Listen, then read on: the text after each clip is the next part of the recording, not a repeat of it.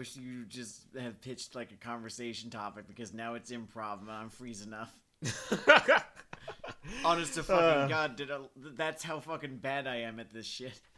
That's fair. I think gotten a lot better over time. It's kind of like exposure therapy if it was for exposure, something that you would not have to face in your day-to-day life at all. Otherwise, the gain is only for another person to release a product. Also move closer to the microphone. Probably just want to move your chair. The chair is as far forward as the chair is going to be. Hi, we're doing this in person again, and we're working the kinks out just a little bit. This is what is going to work for the chair because there's a table leg there, so that's Yeah, I don't know if we've matured or what, by the way, but there is just way less crosstalk than the old in-person recordings, and I'm really happy about that. No, it's been good. I think we're just getting better at this just because we've been doing it for long enough. Yeah, unfortunately, when there's a weird honking or screeching sound, there is just no alternate track to cut to. Well, that's why we record this at my place, because I live on the slightly quieter street. Like, you've got an avenue, 50 feet that way. Not only an avenue, Sam, we've got a hot Initial D racing circuit. I don't understand why people are like this in our neighborhood. Or fucking Kelly's Tavern. Jesus. It has to be some kind of compensation, because they're in New York City, which is supposed to be a cool place, but they're in Bay Ridge, and it just doesn't make you cooler to be in Bay Ridge. I think that was where the dude from Saturday Night Fever was from. Like, they were from Bay Ridge. Oh, cool. That's him. Are your neighbors the dude from Saturday Night Fever? Or are they a pair of Republicans who just shout vagaries about how they're voting for taxes? A number of them are, yes. My landlord. But that's why I'm here. Who lives on the first floor. Mm-hmm. Wasn't there when I fucking moved in, but there was just that yellow snake flag. I remember the yellow snake flag. I lived in that apartment with you for about a year and a half, if you remember. It is just a special artifact, and my eyes are just drawn to it every time that I enter that fucking building. In fairness, I think it's for kids who see just like, yeah, okay, whatever. I remember I stalked her Facebook page once while we were living there. Mm-hmm. There was not a single thing on her Facebook, likes, all of that fucking thing, right? Her Facebook activity, likes, whatever, that had anything to do with anything other than mass media, entertainment, whatever. I don't know that she even votes. She's one of those people, and I always feel mean when I describe someone this way. But there really is a strain of person, I think they take up about 20% of the population, mm-hmm. that you cannot convince me are alive in a philosophical sense. You cannot convince me that the net of their thoughts and experiences. I've been learning about the difference between idealism and materialism, mm-hmm. Because I'm listening to a series on the Russian Revolution, and materialism has a whole lot to do with what Marx was on about. Is this Revolutions again? Because at this point we should be asking for fucking ad money. This is Revolutions. All I can do is just keep plugging it. I think he took a hiatus in April. I'm pretty sure.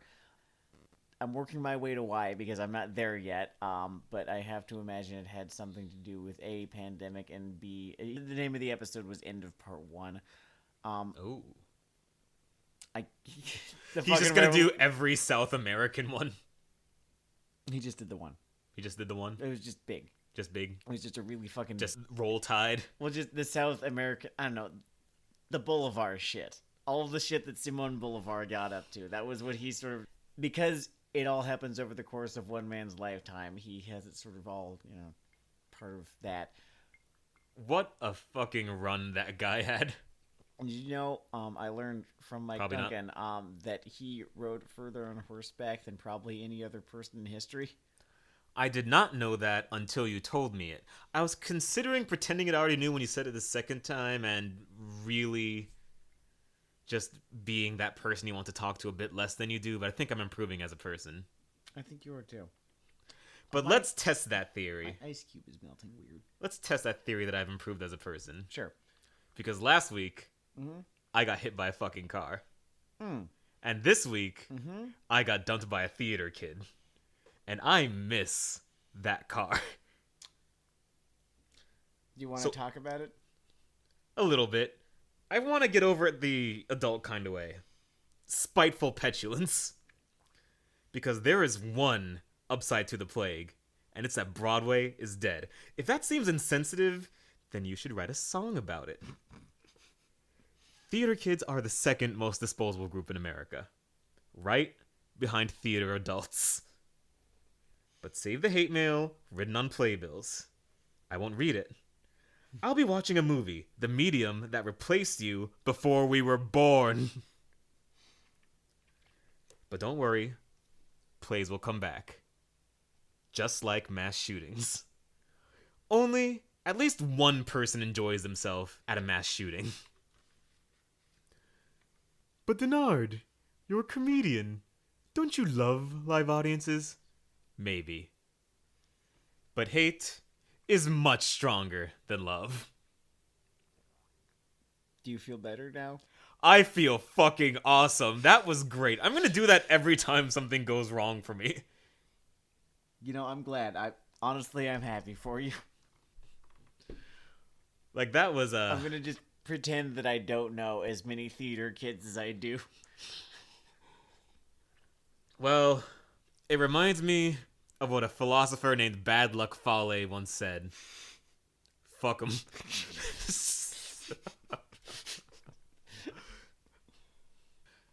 If you are into theater and out of work, or not into theater and out of work, or your job just sucks, or you're a human being alive in 2020 that hasn't voted in certain patterns, I actually do feel for you.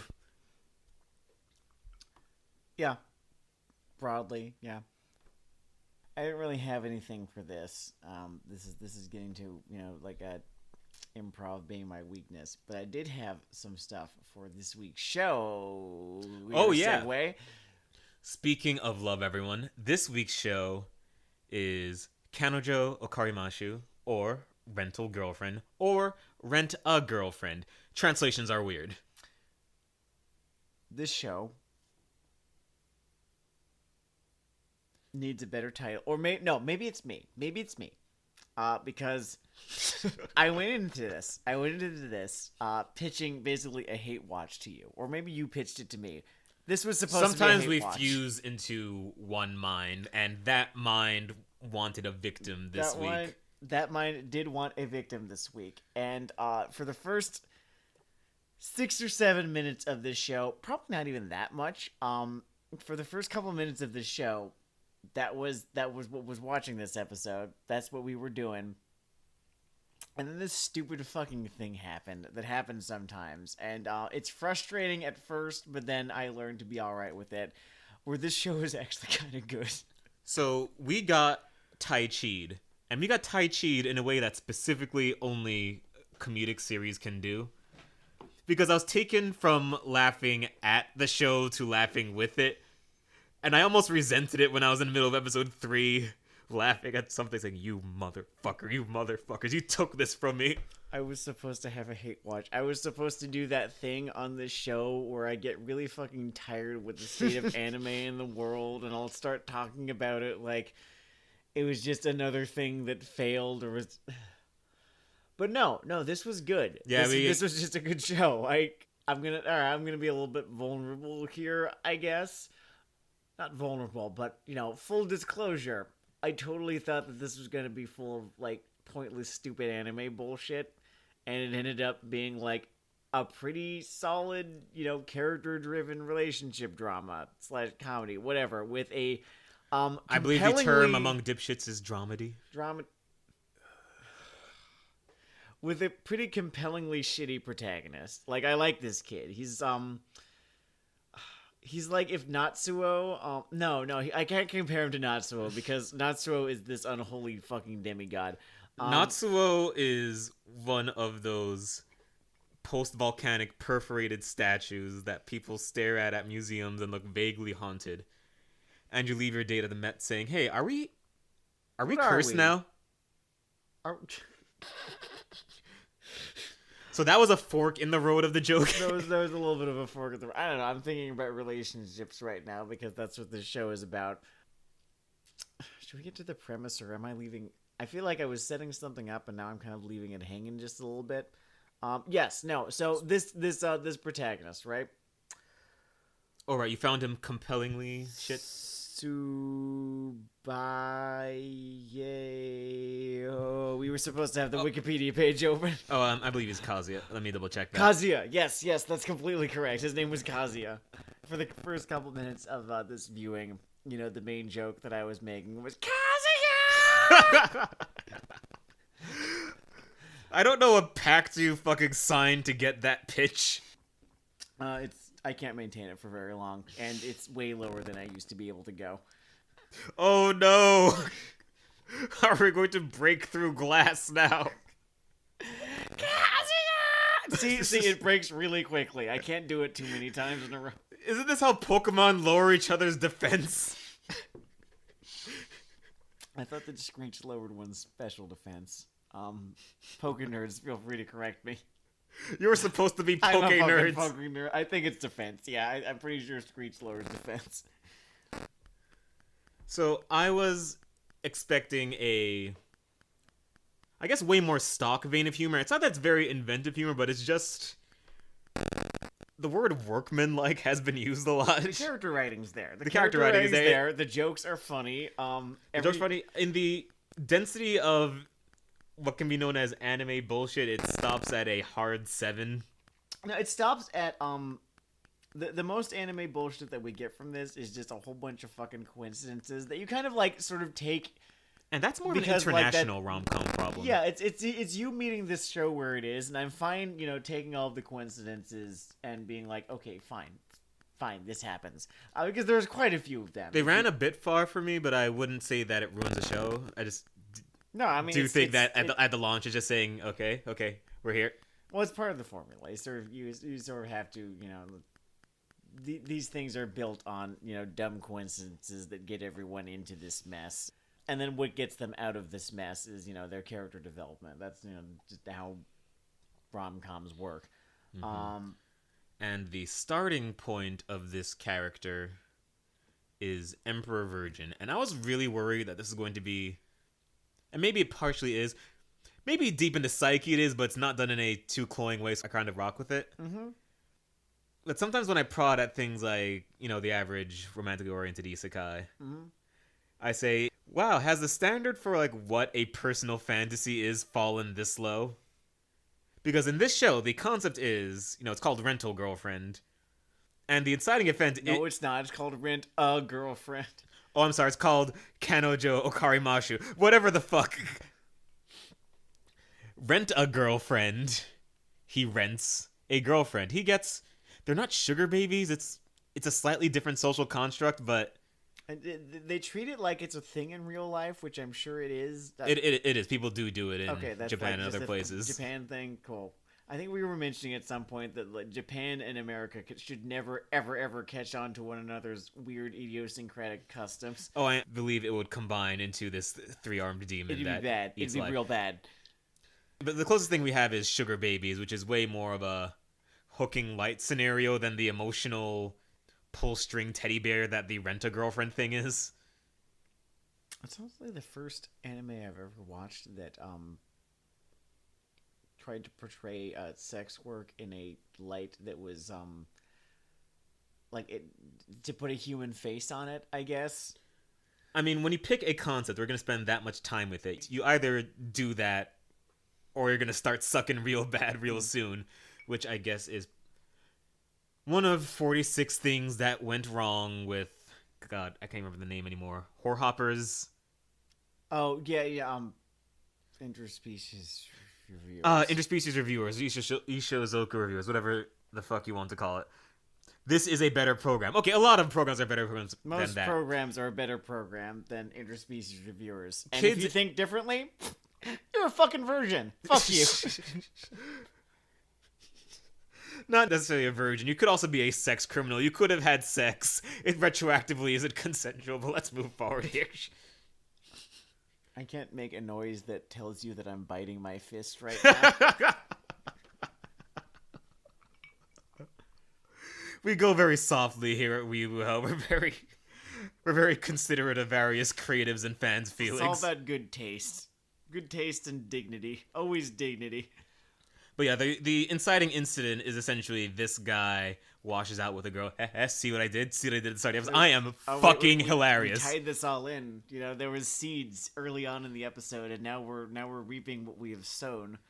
And he hires this girl, and I was kind of fucking worried about the show at the outset, to be honest.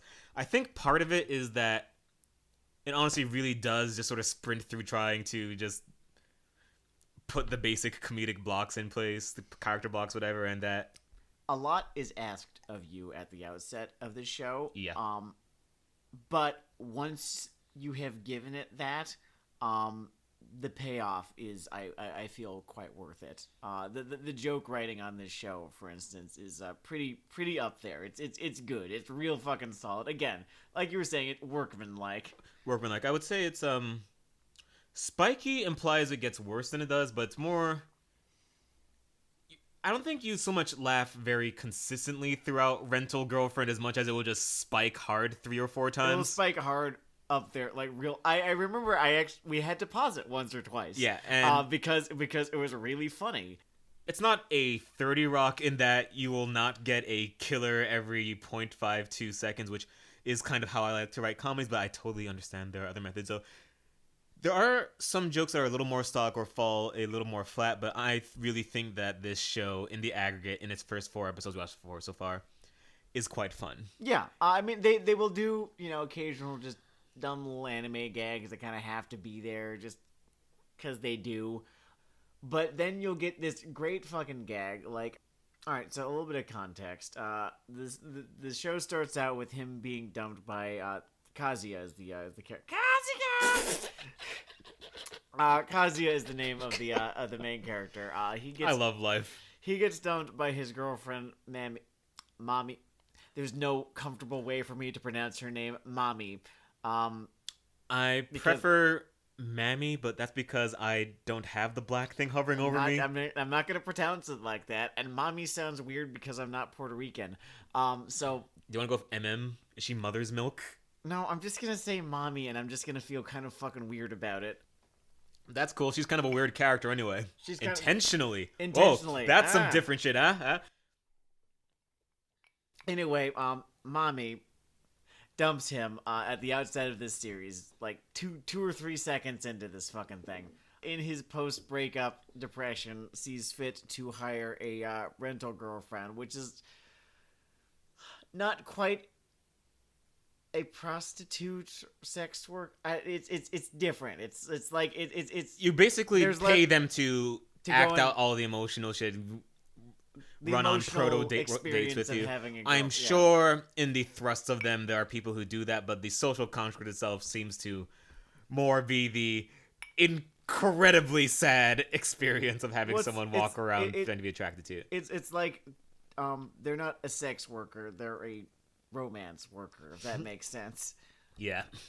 Like that is the labor that they're doing. Right? So he Wikipedia probably page, still please. needs to carry Wikipedia mace. Page, please. Wikipedia page, please. Oh, you mean Chizahara? Chizahara, there we go. So he ends up hiring this. I'm sorry, Chizuru Mizuhara. Chizuru Mizuhara. Man, that's more name than we usually get on this show. Right? He ends up hiring her as his rental girlfriend. They go on a, pretty standard generic date. It's an aquarium, which seems to be way more of a thing in anime. I like aquariums. Baltimore has this cool one. No, going to aquariums is normal. I'm talking like the aquarium date. Oh yeah, I've never gone on an aquarium date. We want to because there's seals there, and seals are great. But A, the Coney Island Aquarium is like there's an outdoor portion, and it's starting to get a little bit colder. And B, crowds. I see, man. I should go to the zoo before winter kicks in. But yeah, aquarium date, and then there's a second go around. And then the 4chan part of his psyche starts kicking in. Oh man, and not in an unaware or unquestioned way of the show's part. Like he is having a verge out. Yeah, he's doing the fucking crying Wojak thing. Yeah. And he's starting to go on these little rants during a date, like, how could you sell your emotions this way? And she rightly dresses him down for it, you know, once they find a quiet place to speak. And that was basically what I was waiting for in this episode. It wasn't at all surprising that she is much less well, that she's much more less human. Stepford. Well, yeah, that she is much more human in, you know, her actual personality than, you know, she let on during these, you know, essentially fake dates. I mean, I think 3 people have been born in history who had a Stepford wife personality hiding under there. And I think 2 of them were murdered by serial killers who saw an opportunity. Good lord. I'm really going for it today.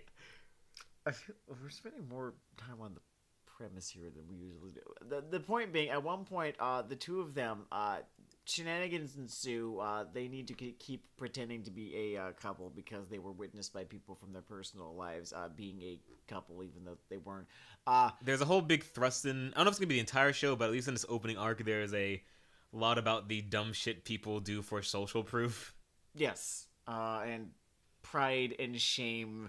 You know, just motivating people to do the things that they do. Pride and shame, wanting a hot girlfriend the way one wants a car that can achieve a certain speed in under 30 seconds. Yes. Anyway, the 2 of them end up at a mixer together, which is this thing that I guess happens in Japan. Mm-hmm. I don't remember going to any. I mean, there are college parties. Certainly, they're all college I know students. adults in America do similar things, but it's not a teenage thing. They call them cocktail parties. They call them cocktail parties. There are speed dating things that are like death that I have seen people go into of smiles and come out of changed. They never sounded like too much fun, I gotta tell you. I'm kind of impressed by the premise, and I do want to meet the men or women who their sense of personal branding is sharp enough that they can just fire off a 40-second summary of themselves, say, you want this, all this, and it works out for them. I just don't know what I would spend that 40 seconds doing. Now that I'm thinking about it, You're the more verbose of the 2 of us, so I can imagine that being a real challenge. And even though I'm relatively pithy and laconic, I think that my poisonous sense of irony would lead to me spending at least 30 seconds of the thing fucking around. I think I'd be bitching about the Wilpons and see who bit. Because, like, there's gotta be... Wait, they have to be into the Mets? I don't know, that's what I'd think of. That's like, it's a starting point, if nothing else. Anyway, you're gonna meet an alcoholic who's super into the fucking Mets, and that's just gonna be fine for you during the speed dating thing. Is I'm getting from this. I was trying to build up. We were trying to work our way to the gag that sold me on this show. It's been 20 minutes. We're having fun. We're having fun. So what sold me on this show, because I was like, oh, this is a little bit more clever than I was expecting, but I still wasn't, you know, into it yet. What sold me on this show is when his ex shows up at this mixer, to his surprise and not disgust, horror. To his surprise and horror. Mm-hmm. And about a half an hour or so into said mixer, she starts airing his fucking dirty laundry about their relationship in like a really big TMI way. And then there's this great little bit where it cuts to her drink. And it's being empty. And I fucking lose it. And that's when I decided that this was a good show and that I was going to keep watching this show. Just ability to construct a gag like that. I am a stubborn fuck. Mm-hmm. I knew inside that I was warming up during that whole party scene. But the moment where I surrendered was the Peep Show Beach. Now, I don't know how many of you know what Peep Show was. This was a British sitcom that, in theory, is about 2 young guys in a city, but it's really about self-inflicted emotional pain. Oh my god. Everything that has called itself a cringe comedy after Peep Show is lying to you. Is a fucking liar and a pretender to the throne. And there is a gag in the 3rd or 4th episode of this program. I don't know if it'll top it. Maybe it will. Maybe it just seems to be part of the formula. Mm-hmm. That just reminded me of Spies. Because some spies in mass media had a suicide tooth. And if I was him in this scene, I would have just broken the fucking suicide tooth. Yeah.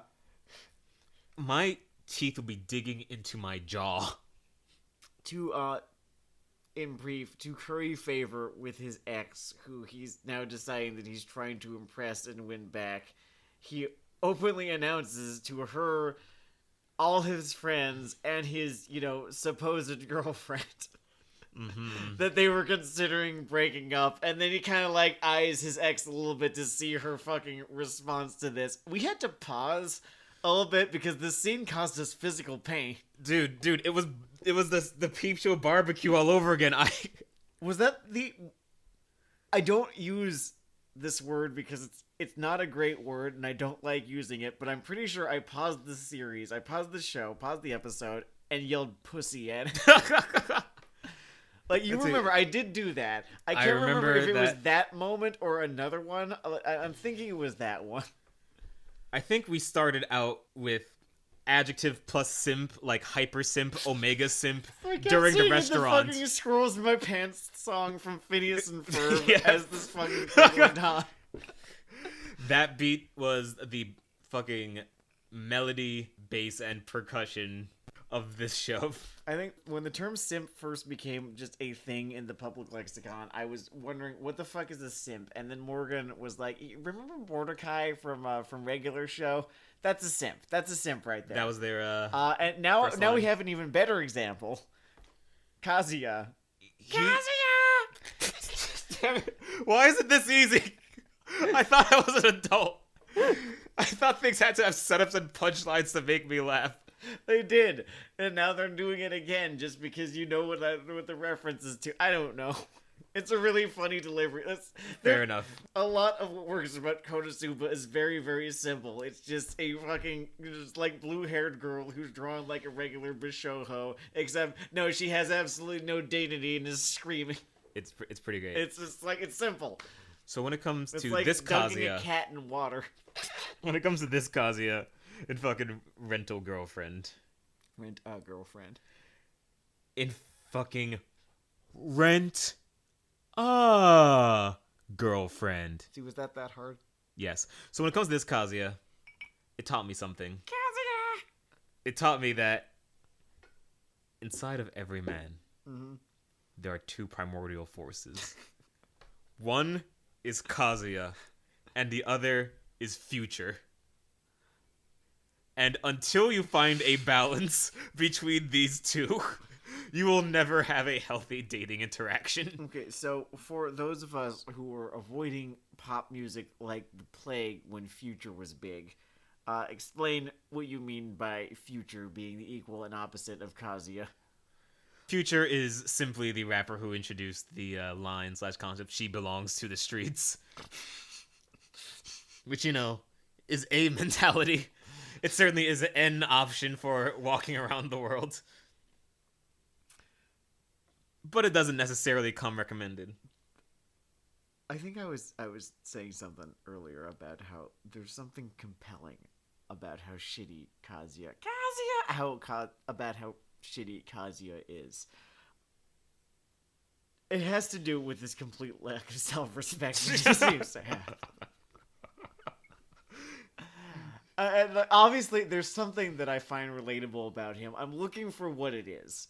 I think it's I think that they do something really kind of relatable in so far as just being at such a fucking low point in your life that you start doing things that you'd never even consider doing had you an ounce of self-worth in you, but you don't have any self-worth right now because that has been taken from you. Taken, but you've also given it away. And you're aware of the fact that you've given it away. He reminds me, and you have to switch the vice. Mm-hmm. And the guy listens to the other primordial force. Mm-hmm. But if you switch the vice, he reminds me of Riley Freeman. Riley wants to be that dude, and he will just continually and obviously ruin his life and day in the attempt to be that dude. I'm trying to honestly figure out what specifically motivates this guy. What specifically motivates Kazuya. It's not It's the It's not that- intersection of loneliness, status, and There's some amount of trolling lust. for Jine. You know, that's the thing. There seems to be some amount of lust present in this, but less than you would think. It has less It's to definitely do a composite. with it has less to do with animal lust, his motivation, and more to do with what he thinks he wants. It's good. No, this is really it's good character writing. Is what I'm kind of getting at, because there's a big, like, when you read about, screenplays and stories and how to write, either of them, there's this idea of the lie that this character believes, right? And he believes one or two of them, honestly. And acts in accordance with,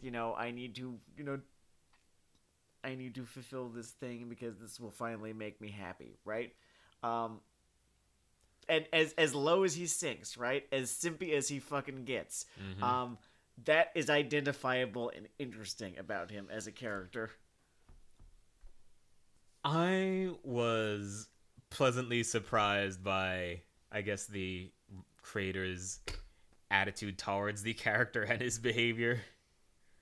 In my perfect comedic world, I think I would have taken all of them to the moral abyss, but what he does is good too, in that he is sympathetic to the guy's virtues, but he's really just hammering, this is fucking sad.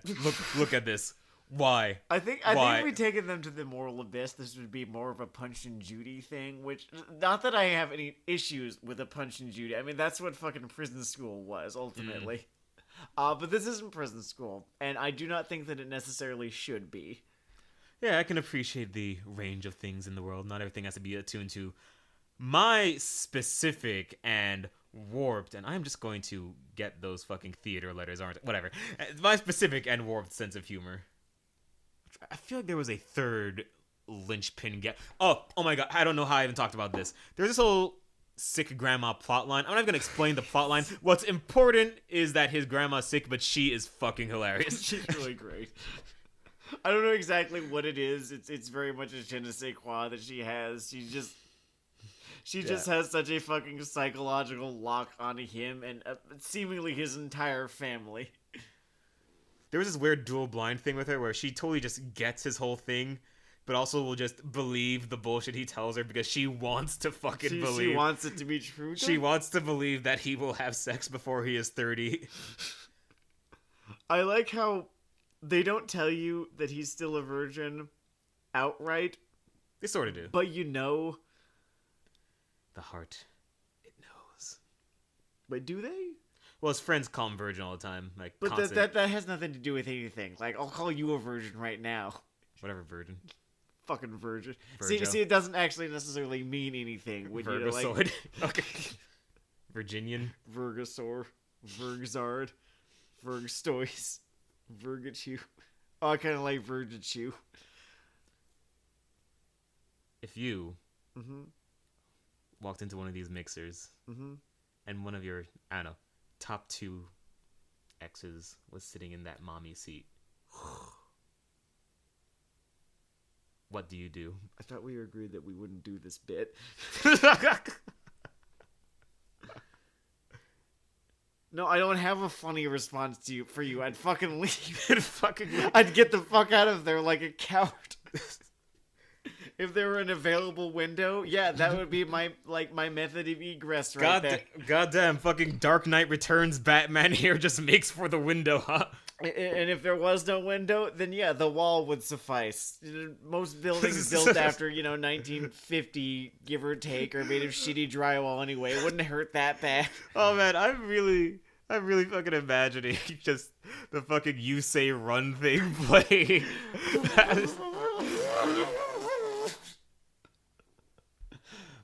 And it would hurt. It wouldn't hurt that bad, but it'd hurt. But I'd be gone now. I'd be gone. I'd be through the wall. Oh man, because I have some interesting fucking options for You've got who would be sitting there. dozens of more options. Am I exaggerating right now? I mean, I know. I thought when you were telling a fucking joke, so it kind of works anyway. Okay, all right. So I'll No one cares the actual number of people. Which is All right, you see now, this is a podcast, so it's going to sound like I'm either talking myself or putting myself down. So there is no winning number here. What's important is that I am really attractive for the first month. And then things start going awry. You gave me like a politician's answer just now. Or I ask you a yes or no question, and then you'll start providing context or something. Well, look, what's important to understand is that we can't let extremism impact how we evaluate our ex-girlfriend statistics.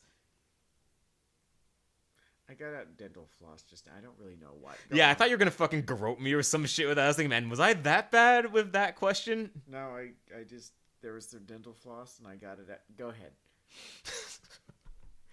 The reason that question interests me is that I'm only really interested in the answer to one of them, which was the whole wild 2-year sort of a weird green card kind of scenario. Did I just confess to a felony on a podcast? I might censor that. Or am I leaving it up? What the fuck's going to happen? Well, not that green card. She'll figure her own shit out. I mean, she won't, but I'm not running an agency here. But I think what I would do, I think I would just sit in that chair because I would need to know what happened next. And I think that's what draws me to this show, because I just need to see that depths moment. It doesn't matter if it's me, if it's someone else. I just want... preferably someone else. I want that memory in my banks. And that is what makes us stronger. No, man, that's what keeps us up at night. I have a pretty exhausting job. I need to have, like, a decent night's sleep. I don't need that shit on my fucking... Okay. Maybe Came Back Haunted starts looping in your brain. That's very possible, too. See, if I throw myself through the wall, there's a chance that I hit my head really hard. I pass out. My memories of the entire night are kind of fuzzy.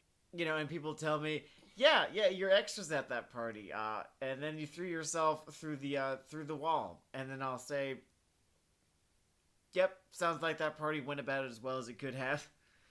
Let me tell you the path of emperors. You take that seat. You're about to be wrong. You take that seat right in front of them. Mm-hmm. Still wrong. You make eye contact with their best friend and them. And with the most pleasant smile you can manage. How have you been? I work at X now. We are going to mechanically walk through every phase of this conversation until one of us kills ourselves. And I know just enough of your psychological profile where I am 75% sure it's going to be you. Why do I bring this up? That's not the same number that I came up with, but go on. Because I had that happen at a reading.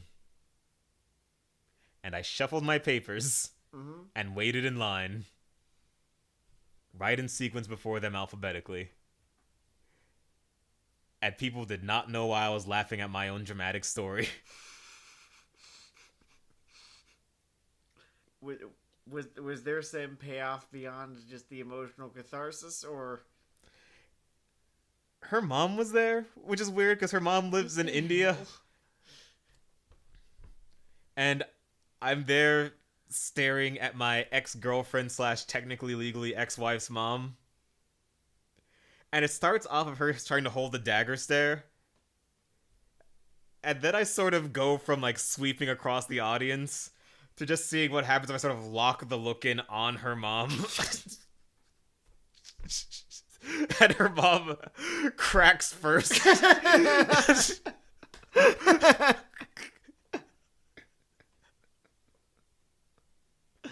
What were you reading? What was I reading? Oh my god, this was relatively old. Oh, it's that story I was in that science fiction contest for. What, the one about the comfort Liberty robot? Points. Okay, Liberty Points, okay. No, not the one that we wrote together about the sex robot. In which, by the way, can you tell that we were reading fucking Prison School when that came out? There will be a Purgatorio. There will be a Purgatorio where I do a dramatic reading of that short story. Please. I'm seeding that episode now. Please. It has nothing to do with anime, but I think you should just... I think the level of just sexual offness within that creative work, you can at least claim was influenced by our anime industry. I borrowed from anime when I was contributing to this. I think there's a prison school thing behind the uncomfortable sex in that thing. All right, I'm gonna take us back to fucking rental girlfriend. Rent girlfriend. No, see, the joke only works if you get it wrong every time, and I correct you every time. Jesus Christ. But yes, the grandma in this is a revelation. It's like not Abbott and Costello, but I really appreciated that mommy has... She is about 60% of a Bunny Boiler personality. It's great. She's this really realistically written bad person. And you become more and more aware of how much of a bad person she is just as this goes on. Like just because again, there's verisimilitude to her character. Like, you know people like her. And the more you get to know her, you're like, oh yeah, I do know people like you. Mm. I try to stay the fuck away from them. Mommy is a species. That still sounds fucking weird. I think that's how you actually do it, though. I think it's mommy. No, it is mommy. Again, there's like... I don't know, it's like if a character were named Daddy. It's the same fucking thing. I don't know, man. I don't feel great, like, saying that. I don't know, man. Mine's dead. What am I implying? That I dig her up? It's... Oh, Jesus. Okay. You made the fucking joke. I did. Oh, God. This is like no. I'm leaving you in this place now. Hey everyone, welcome to Cumtown / Red Scare featuring Dennard, Dayle and Sam, Lagow. Anyway, so you read some of the manga. A little bit of it, yeah. Does it keep the balancing act going? New stuff is added in to shake things up. I think they don't waifu gallery it at all, but they do introduce some characters that I feel don't necessarily need to be there as much, or seem to be there like in a way that... You make it sound like it's a harem but not a waifu gallery, which is a distinction that tells me I've been watching anime for way too long. No, the fact that there is the distinction, it's not my fucking fault. It is the world that has gone mad, not I. I see you're back to your Dark Knight Returns Batman ways again. You've got to imagine someone with just sort of scraggly long hair making that sort of bicep folded karate chop forward pose jumping from the second story of a building in Brooklyn. And he's about to fucking break his legs on the way down because he's not fucking Batman. He's just a fucking grumpy fucking anime hipster. Sometimes I think about that, how our claims to fame are basically sci-fi writer, because we've done that, and anime hipster, because we've done this. It's not a waifu gallery. It's just like there are a couple of girls for you, right? And I've read whatever too much to its anime manga. I have consumed too much of it. I've become too cynical, where after a certain point in a series where all of the beats that are there are already there, right? And we really just need those characters at that point, and then they add another character design. Sorry, another character, but really another character design. I see less the character, right? I see less her, wants, needs as a person. So much as a kind of like a line of code, if that makes any sense. Dude, you can totally see the puppet strings leading to an editorial meeting. Like a puppet strings, or just, the target demographic. Like, again, it's, oh, I remember. Remember in The Matrix when, the dude at the console, right? It was a different one in every movie, I'm pretty sure. He's talking to the dude at the console, about, like, so how do you interpret all of those green lines? And he's like, oh no, it's like once you get good enough at it, like see that one, that's a redhead, that one, that's a brunette. It's basically the inverse of that. When you were presented with waifu gallery characters, the world is just rendered in those green lines. I definitely can feel that, and I'm glad that at least thus far in the limited range I've gone through with this program, I haven't read ahead in the comic because I had terrible ads to write this week, and I sold one. I know what's in it. Mm-hmm. And I'm sorry. It's making the world a worse place. I mean, I'm really sorry. That is the fucking somewhere out there of your profession. In Brooklyn, 2 guys are hosting advertising hell, and they're saying, "What kind of worthless fuck wrote this? This is not someone listening to his inner future." I was about to parrot the tagline, but then you'd probably have to edit that out, for fear of NDA demons coming out of the fucking, between, like, the space between worlds. I am convinced there's a kill switch. Just it would microchipped. Not be the most surprising thing, to be entirely honest with you. Like, I know that we have all kinds of fucking Procter & Gamble scale clients. Not literally Procter & Gamble. I'm safe. I'm ironclad. Well, like, around there, yeah. Around there, on that scale. Mm-hmm. I see you, moving towards the 8 paragraphs of shtick? It's not 8 paragraphs of shtick. I just prepared a little dessert for us this week. It's 9 paragraphs of because shtick. You guys deserve it. It's 10 paragraphs of shtick. And I'm paid by the word. Anyway, I got thinking about... Because the really funny thing about this show, and a point we never got to as much as I thought we would, is that this sounded like a way worse show because it also sounded like a certain type of show. Yes, it did. Like Blank Girlfriend. Could we actually we're going to push my things off. Yeah, I would like to cover that because I was absolutely, for lack of a better term, I guess, expecting some fucking stupid fucking degenerate bullshit. Yeah. Starring, some fucking, flat... unsympathetic pervert who you were supposed to think was funny, and some paint by fucking numbers waifu that you were supposed to love, and I got neither of those things. I got this kind of identifiably pathetic, uncomfortable glance into many dudes, not every dudes, but many dudes past, right? God, it's like Pretty Woman for a generation of losers. And for... Alright, help me out here. Chizuru? Let's see. Once more, you are fucking talking about... Oh, Chizuru Mizuhara. Chizuru. Okay, I was right the first time.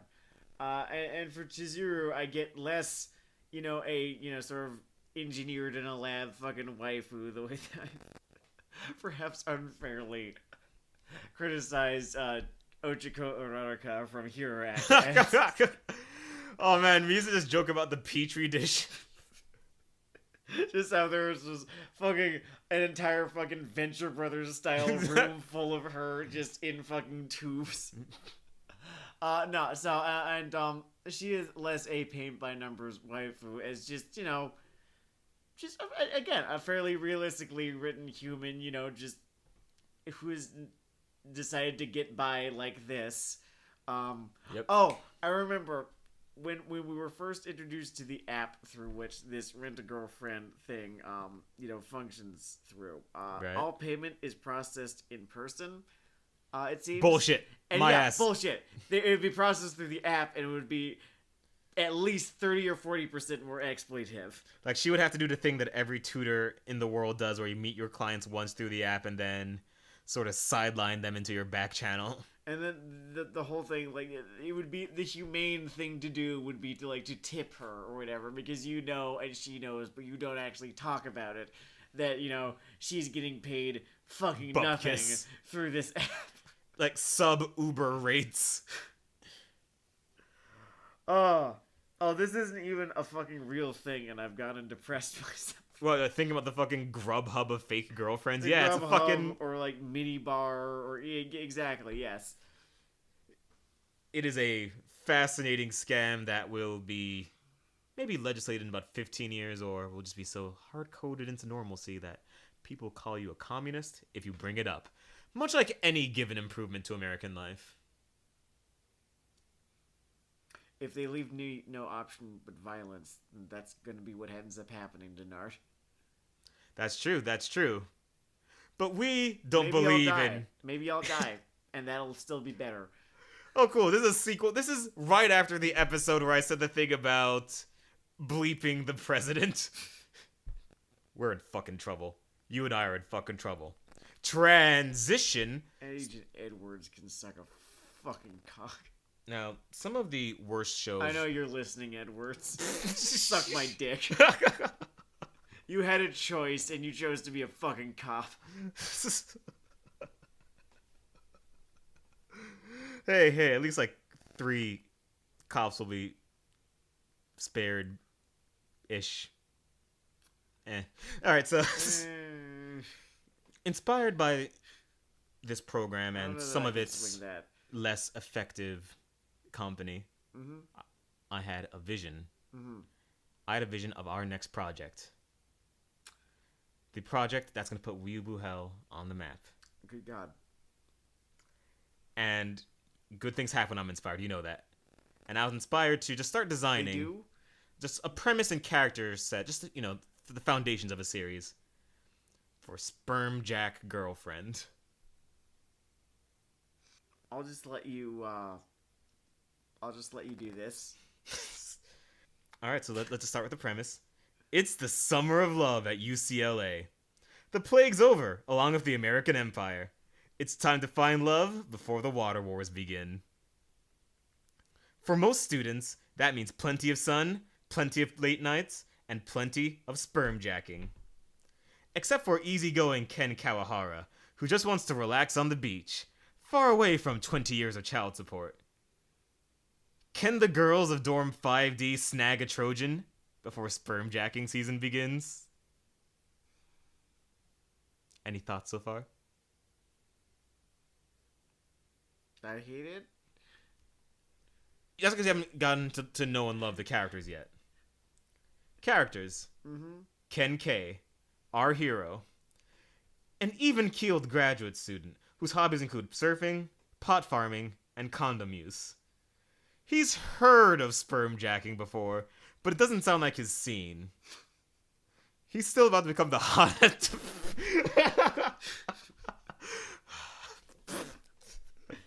See, this just sounds like the fucking dating sim episode because there are, I'm sure, another 8 paragraphs or so of this. I know what they are. He's still about to become the hottest sperm jacking target in town. Arthur MacArthur, Ken's roommate. A men's rights activist and closet Nazi, single-mindedly opposed to all sperm jacking. Wouldn't it be crazy if someone sperm jacked him? He'd better be careful. See, it's more characterization than your average shonen sidekick ever actually gets. That's because I'm a fucking artist. No, it's because you don't understand shonen, because this man is not meant to be there. He's shonen romance or shonen rom-coms have room for one male character. Anything else is just a fucking rival. And that can't happen. Or can it? Because there's also Darius Tutt. Oh, see, now, now you fucked yourself just now. The 2... Ken's childhood best friend, who also goes to this school somehow. A casual scholar in the true history of Black Americans, going back to the pyramids. It just... Yeah, the whole Darius Tutt thing just clicked for me.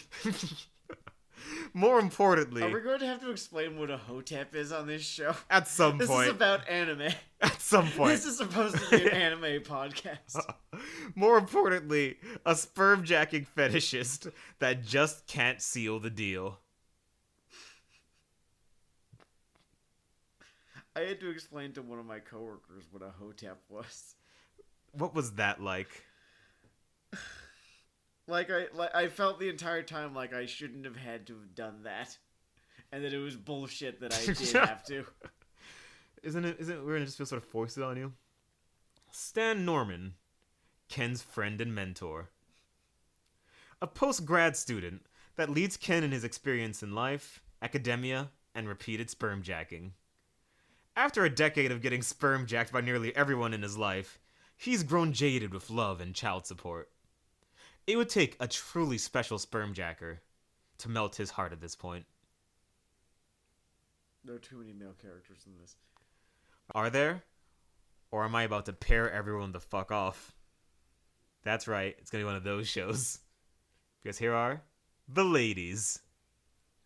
Lena, the head professor in a history department, with ethically and legally uncomfortable personal relationships with her students and colleagues. A sperm-jacking veteran. Rich, poor, young, old. She sperm-jacked them all. You know what's artful about this is that, you know, let's say there's a universe that exists where this exists. Everyone hates it. From every fucking political wing. While she has plenty of mentees and children to look after, she can't help but think that something is missing. That something? More sperm jacking. Edith. A philosophy and religion student, searching for the meaning of sperm jacking. New to the game, but ready to do her best.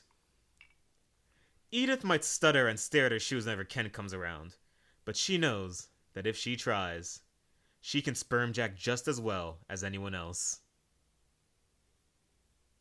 How many more paragraphs are there? There are 2 more paragraphs.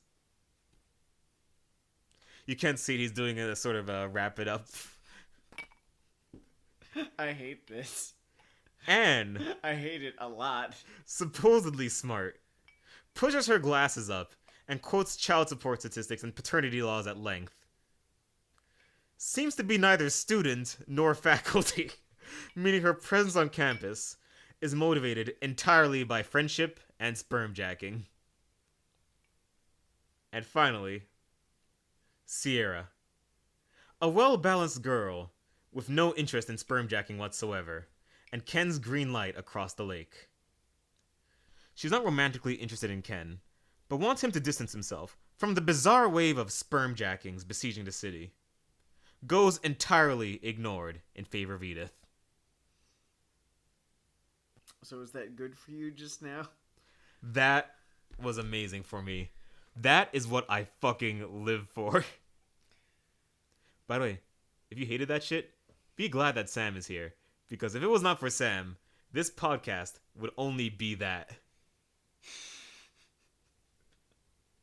I never considered just how important I was. For want of a nail. Just how much of a fucking Hoover Dam my presence was. I almost made this longer, but I just imagined you throwing shit at me. I think I would definitely have run out of patience after 10 paragraphs. Oh, damn, it feels good to be a gangster. Anyway, this has been Weeaboo Hell. It's Weeaboo Hell. Look out in spring 2022 for Sperm Jack Girlfriend. But, you know, if you believe in God, then don't. I don't know, I might make this a fucking Kickstarter stretch goal or something. I'm kind of into this, but... No, definitely the dating sims. Or robot hypocrisy. Oh yeah, you know, a good thing that we like. None of you fucking heard about that. Put it in the back pocket. Let that be a fun surprise for the future. Okay, sure, yeah. But yes, this is Weeaboo Hell. I am Dennard Dayle, local malcontent. Fuck 12. He is fuck 12. I'm also fuck 12. I'm Sam Lagow, yeah. Anyway, weeaboohell.com. Spotify. Nope. I don't know what the Spotify link is, but you know, if you just search Weeaboo Hell on Spotify, you'll yeah, fucking get there. Search it on iTunes, you'll get there. A lot of the secondary services were out too, because they all sort of spider off of each other. I don't know how it works, but it does. It does, or at least it works for them. And I think starting a podcast host is a way to make a really nice quick buck. Let's consider that. Okay. For now, I bid you all adieu. By the way, disregard the police.